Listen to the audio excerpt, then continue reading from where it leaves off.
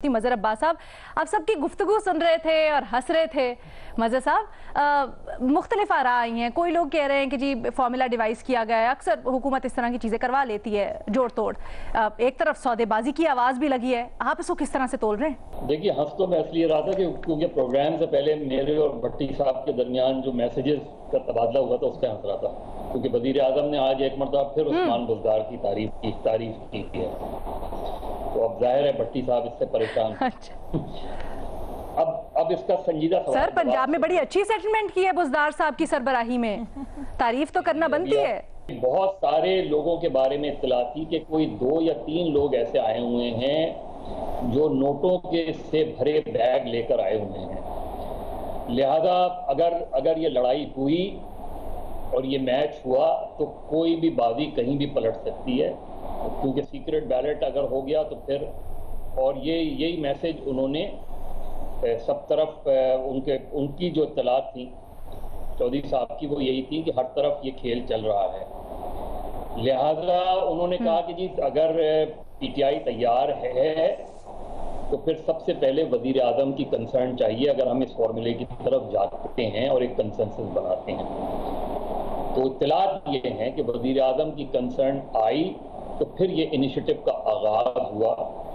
बीच में कुछ रुकावट बनी जिसमें मरियम नवाज साहिबा की और PMLN खासतौर पर मरियम नवाज साहिबा की कुछ रिजर्वेशंस थी, तो उनको भी बावर किया गया कि इस तरह की चीज़ हो सकती है, क्योंकि PMLN के जनरली MPA इस फॉर्मूले पे तैयार हो गए थे और PTI में भी कोई जो है बहुत बड़ी PTI के MPA में कोई बड़ी इसमें वो नहीं थी, और वो सब यही कह रहे थे कि ये बेहतर है, क्योंकि वरना फिर कौन किस तरफ जाता है किसी को नहीं पता था।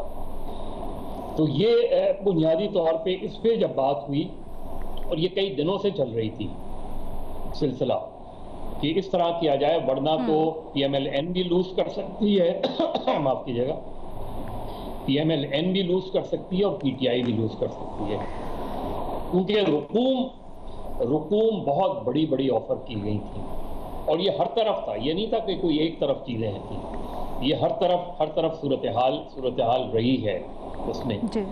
उस लिहाज से जिस फॉर्मूले को एवॉल्व किया गया, इसमें तीनों की टॉप लीडरशिप से बात की गई। अब जरदारी साहब का नाम इसलिए आता है क्योंकि आपको याद है 2018 के इलेक्शन से पहले भी जरदारी साहब की तो वहां कोई सीट नहीं थी पीपल्स पार्टी की, लेकिन जरदारी साहब के स्टेक थे।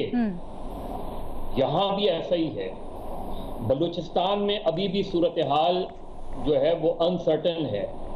इस चीज का कभी इम्कान है कि हफीज शेख साहब जीत जाएं, लेकिन शायद चेयरमैन सेनेट जो है वो एक मरतबा फिर ऑपोजिशन का हो सकता है। अच्छा, मजहर अब्बास साहब, अभी आपने ठीक है बाकी सब कुछ तो कहा, लेकिन ये जो ऑपोजिशन का इस सारे में किरदार है, ये ऑपोजिशन को इससे क्या हासिल हुआ, ये थोड़ा सा एक्सप्लेन करें, क्योंकि ऑपोजिशन के दावे ये थे कि हम तो सारी कश्तियां जला के इसमें गए। अब तो नई कश्तियां मिल जाती है ना अगर आप कश्ती जला दें। अच्छा, वापसी का रास्ता तो दिया जाता है ना, अगर एक कश्तियां जला दें आप और कोई जंग बंदी हो जाए तो जाहिर है वापसी के लिए तो कहीं ना कहीं कश्ती मिलती है ना। और ये देखिए, ये कोई पार्टीज की सतह पे, तो ये आपको लगता है कि ये MPS, देखिए MPS लाइफ बोट दी गई है एक MPS को कुछ चीजें उनके काम होते हैं। पंजाब में जिस तरह की पॉलिटिक्स होती है, और अभी आने वाले वक्त में बल्दियाती इलेक्शंस जब होंगे उसमें भी तो वो पॉलिटिक्स हॉट अपनी जगह रहेगी, लेकिन जो सेटलमेंट्स की बातें होती हैं कि या तो आप झगड़ा कर लें, झगड़े में कुछ भी हो सकता है, किसी का भी नुकसान हो सकता है। डस्का 75 ये तो MPS से ऊपर के लेवल पे चली गई ना, जब आप कह रहे हैं कि वजीर आजम साहब का, आपकी तलात के मुताबिक वजीर आजम साहब का कंसेंट इसमें शामिल था, फिर मरियम नवाज साहिबा ने थोड़ी सी मुजाहमत दिखाई, लेकिन फिर मरियम नवाज साहिबा ने थोड़ी मुजाहमत दिखाई, लेकिन फिर वो भी आमादा हो गई, इसलिए कि इस झगड़े में नुकसान किसी का भी हो सकता था।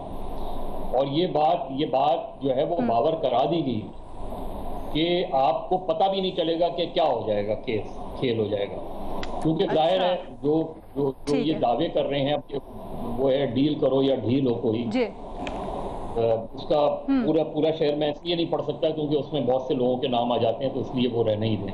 ये बड़ी नाइंसाफी है, ये जो आप लोग आधी इन्फॉर्मेशन विथहोल्ड कर लेते हैं ना और हमें लॉन्ग करते रहते हैं।